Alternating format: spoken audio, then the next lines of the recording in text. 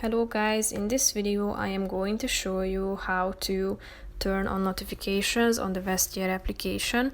But first I just want to mention, don't forget to subscribe to my channel, because at 10,000 subscribers I am going to show you my whole YouTube revenue statistics and growth strategy, how to make money online. So let's jump into it. First of all, open the app on your phone, click on the Me option down below and tap on push notifications.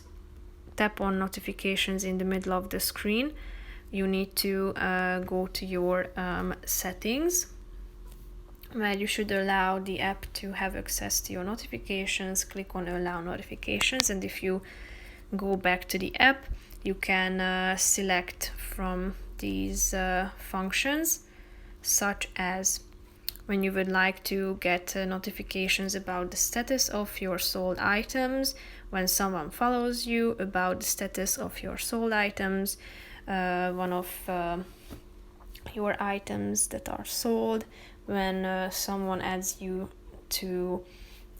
items to their favorites and wish list, about the status of your orders, and so on. Here you can find all of these functions. So if you want to turn on any of these, just simply tap on the relevant button. So that's pretty much it for this video, guys. See you in the next one. Bye bye.